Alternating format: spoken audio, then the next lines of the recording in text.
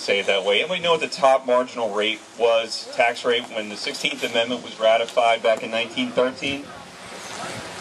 It was always 7%, okay? Now, 5 years later, in 1918, it jumped all the way up to 77%, okay? And so think about that for a minute. In just 5 years, our elected officials raised the tax rate on the top earners in this country 70%.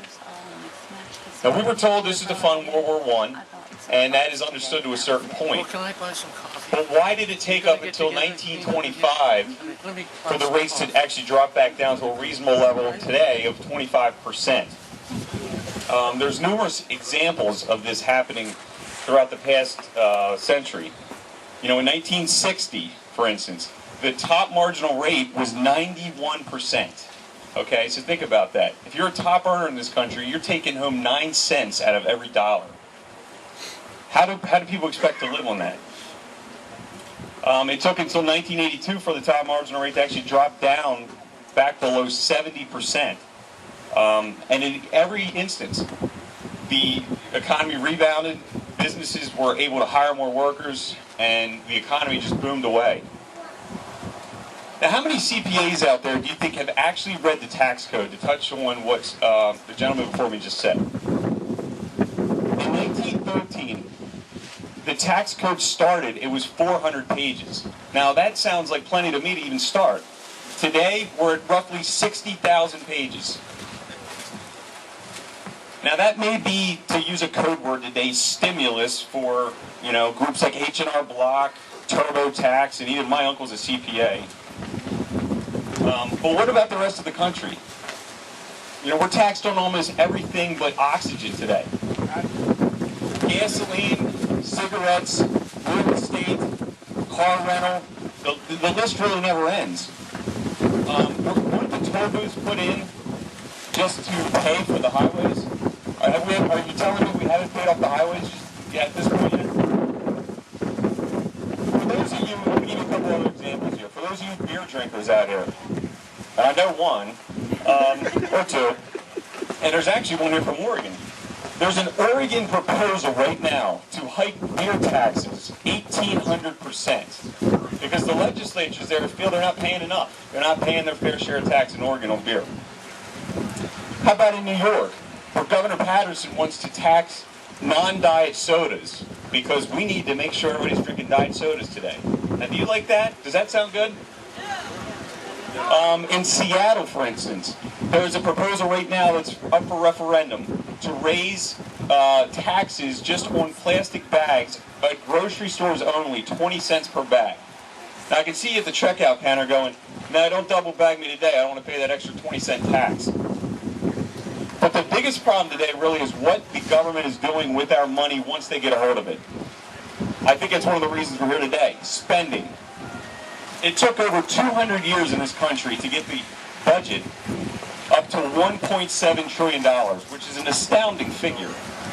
Okay, but in 10 years later, in just the last 10 years, that has doubled from 1.7 trillion to now 3.5 trillion, and we're being told by the current administration it's going to be north of 4 trillion in the next year or so. This is very alarming. We're here today because our leaders have run up a $1 trillion deficit, and there is absolutely no end in sight. To put things in perspective for a second, do you know that 1 trillion seconds is over 31,000 years? The government now is spending over $20,000 per household in this country. Now, I don't know about you, but I really don't feel like I'm getting $20,000 worth of benefit from my government. Do you? We're now at $53 trillion in unfunded liabilities for Social Security, Medicare, Medicaid, all of the entitlement programs, $53 trillion, and there's not a single dime in the bank. Okay, there's really no end in sight. The CBO director, David Walker, just resigned in protest last year when he issued his final report on that. And in this state, we're here in Delaware, we're now at $750 million, okay? in debt for this year. You see it in the News Journal every day. We're a state of less than 900,000 people, and yet we have a $750 million budget shortfall for this year. So I guess there could be a simple proposal. If everyone today just writes a check out for $833, mails it into the state of Delaware, right? We're set, okay? Is that what, it seems like that's what our politicians are telling us what they want us to do, right? We're not going to write the check out, but they're just going to tax us more. Now, on top of that, if you could just write out a check for $440,000 mailed to the federal government, maybe we'll get back. Maybe we'll get back in black. Today's a day we could look back on in 5 years and say, this is the day we decided enough is enough. That's right. Okay. Yeah. Today's also a day we could look back on. Our state and local and federal leaders could look back on and say, today is the day my fate was sealed by the citizens of this country.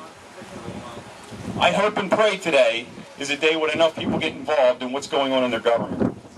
For it's you, the taxpayer, who fuels the engine of this economy, the engine of freedom. It's you, the taxpayer, who pays the bills not only for your family, but for those of the government. And it is you, the taxpayer, who has sat by for way too long and watched your family's future and your kids and your grandchildren's future be robbed by the power of taxation of our government. I was thinking about this a couple days ago. In 4 presidential elections and numerous state and local elections, I really feel like I've only voted for 2 candidates, okay, that I really felt I was in line with. The rest of the time, I voted for the person that I actually disagreed with more. Okay, the lesser of 2 evils, so to say. This is really not how it should be. Because there's a reluctance to run in this country for a number of reasons. Campaigning, finance, the new McCain-Feingold bill that came out a couple years ago, limited free speech in the last 30 days before an election. Kind of the Incumbents Act, it was called. So how do we get tangible results? Well, I'm going to give you a quick inspirational story. I don't know if anyone read last week about the story that came out in the small Wisconsin town where a 22-year-old grocery store clerk defeated a 39-year-old MIT grad because he ran a strong campaign and he appealed to the people of that town. But you don't have to run to make a difference, whether at the state, local, or federal level. Has anyone here ever actually taken the time to call? I tend to believe that answer is going to be yes. Your local or federal rep. Yes. On opposition or support of a bill. Well, I've only done it a few times myself. But in some instances, it actually went the way I wanted, and things worked out. We've killed a number of bills. I know a number of people here have taken part in getting either through a bill or getting killed a bill that they didn't like. The only way we're going to change the size, scope, and direction of our government is to speak so loud that they have absolutely no choice but to act. That's right. And today should not be a one-time event. I didn't take the day off work and write a speech and drive 90 minutes down here with my wife and my 9-month-old, okay, to get up in front of you because I needed something to do and I was bored, okay? I came here to make a difference today. I want to work today and begin to celebrate some actual tangible results in the coming years and months. So I'm going to leave you real quick with a quote by Thomas Jefferson that I dug up that I felt kind of fit today's event.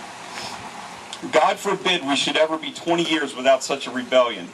The people cannot be all and always be well informed. The part which is wrong which will be discontented, in proportion with the importance of facts they misconceive. And if they remain quiet under such misconceptions, it is lethargy, the forerunner of death, to the public liberty. And what country can preserve its liberties if its rulers are not warned from time to time that this people preserve the spirit of resistance? Thank you.